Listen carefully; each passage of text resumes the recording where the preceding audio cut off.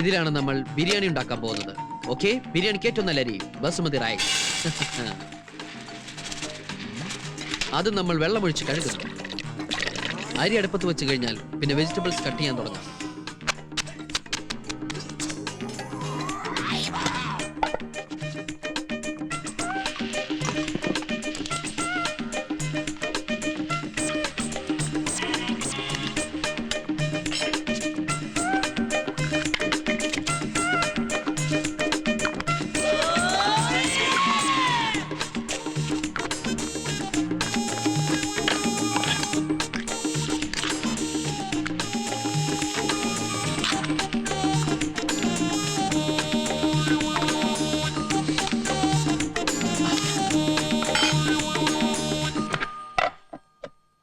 അവളിത് എവിടെ പോയി കിടക്കുന്നു? അവള് വൈകി വരുന്നത് ആദ്യമൊന്നും അല്ലല്ലോ. രാധിക ഈ നാട്ടിലൊന്നുമല്ലേ ജോലി ചെയ്യുന്നത്? അവള് ചിലപ്പോ സിനിമയ്ക്ക് പോയിരിക്കും, അല്ലെങ്കിൽ വല്ല കൂട്ടുകാരുടെ വീട്ടിൽ പോയിരിക്കും, ഡിസ്കഷനൊക്കെ ആയിട്ടേ. എന്നാൽ അതൊന്ന് ഫോൺ ചെയ്ത് പറഞ്ഞൂടെ? കുറച്ച് സ്വാതന്ത്ര്യം കൊടുത്തു വെച്ച് വഴിതെറ്റി പോകുന്നവരല്ല എന്റെ മക്കള്. ആ പ്ലേറ്റ് എടുക്കൂ. ഇനി അത് രണ്ടാക്കും. അയ്യോ, പൊട്ടിക്കാനല്ല, അതിന്റെ താഴെയുണ്ട്.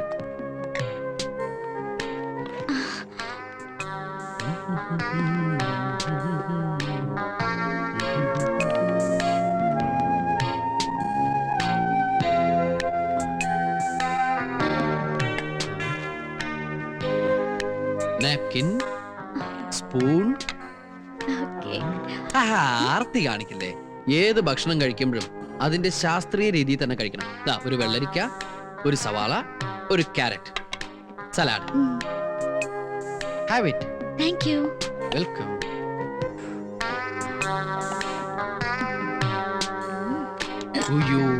വെള്ളം, water. Thank you. No mention.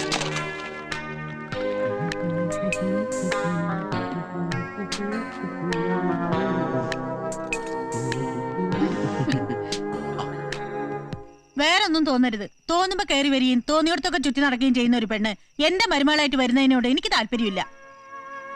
സ്വന്തം മക്കൾ എന്ത് തെറ്റ് ചെയ്താലും അതൊക്കെ ശരിയാണെന്ന് വിശ്വസിക്കാൻ ഞങ്ങൾ അത്ര മോഡേണൊന്നുമല്ല. പോവാങ്കിൽ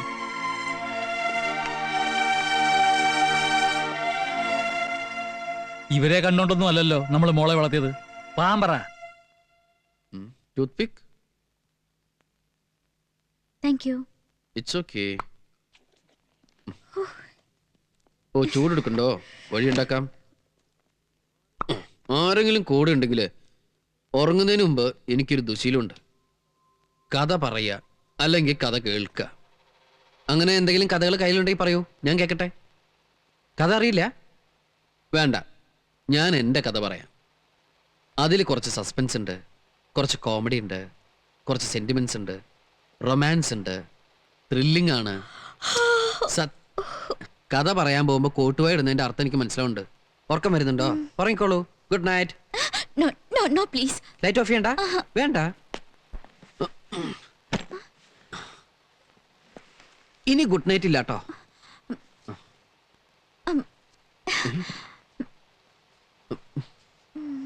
ഓ, അത് ശരി.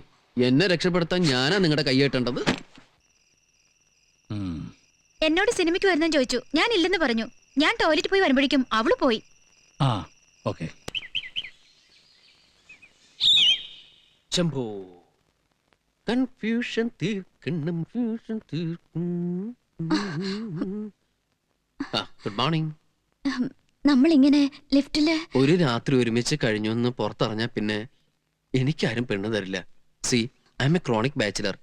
നിങ്ങളായിട്ട് എന്റെ ജീവിതം നശിപ്പിക്കരുത് പ്ലീസ്.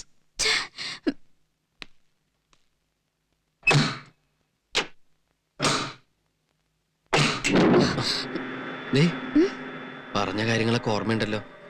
ദയവ് ചെയ്ത് എന്റെ ലൈഫ് വെച്ച് പന്താടരുത്. നിറയെ ആഗ്രഹങ്ങളുള്ള ആളാ. പോയിക്കോട്ടോ.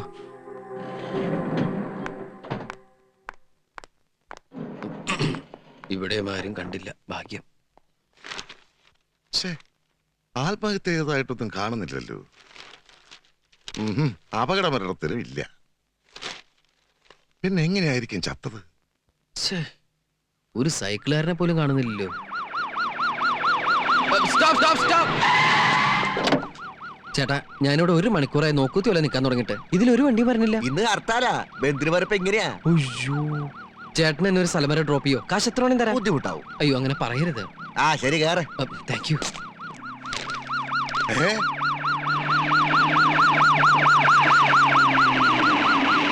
ആ, ഗോപാലകൃഷ്ണന്റെ ഡെഡ് ബോഡി വന്നേ. ഗോപാലകൃഷ്ണന്റെ ഡെഡ് ബോഡി വന്നേ. ഗോപാലകൃഷ്ണന്റെ ഡെഡ് ബോഡി വന്നേ. എങ്ങോട്ടാ? ഗോപാലകൃഷ്ണൻ, ആദ്യം നീ വേഷം മാറ. ചെല്ലേ.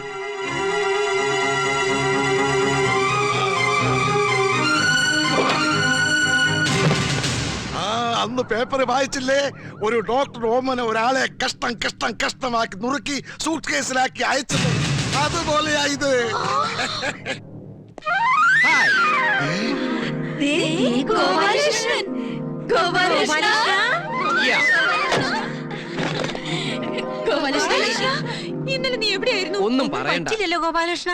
ഫോൺ ചെയ്യാമായിരുന്നില്ലേ ഗോപാലകൃഷ്ണ? കിട്ടണ്ടേ? ഇന്നലെ ഒരു ദിവസം എന്നെ കാണാതായപ്പോ നിങ്ങൾ ഇത്രമാത്രം ടെൻഷൻ അടിച്ചെങ്കിൽ ഇനി ഞാൻ ഇവിടുന്ന് പോകുന്ന പ്രശ്നമേ ഇല്ല. ഇവനെ ഇവിടുന്ന് കെട്ടിച്ചില്ലെങ്കിൽ പിന്നെ ഇവിടെ ജീവിച്ചിരുന്നിട്ട് കാര്യമില്ല. ഡി അവിടെ നിക്കേ. ഇന്നലെ നീ എവിടായിരുന്നു? ലിഫ്റ്റിലോ? ആ കറണ്ട് പോയ പിന്നെ എന്ത് ചെയ്യാനാ? ഇന്ന് രാവിലെ പവർ വന്നത്. ലിഫ്റ്റിൽ നീ ഒറ്റയ്ക്കേ ഉണ്ടായിരുന്നുള്ളൂ? കൂടെ ഒരാളും ഉണ്ടായിരുന്നു. ആണോ പെണ്ണോ? ആണ്. അവൻ കല്യാണം കഴിച്ചവനെ കഴിക്കാത്തവനോ? ഞാൻ ചോദിച്ചില്ല.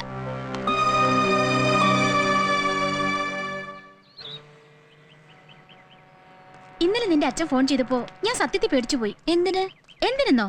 എന്റെ വീട്ടിലാണെങ്കിൽ എന്നെ കൊന്നു തന്നെ. ആ അത് പോട്ടെ, രാത്രി മുഴുവൻ ലിഫ്റ്റിലുണ്ടായിട്ടും അയാൾ നിന്നെ ശല്യമൊന്നും ചെയ്തില്ലേ? ഇല്ല. എങ്കിലയാൾ ഒരാളല്ലെന്ന് എനിക്ക് തോന്നണേ.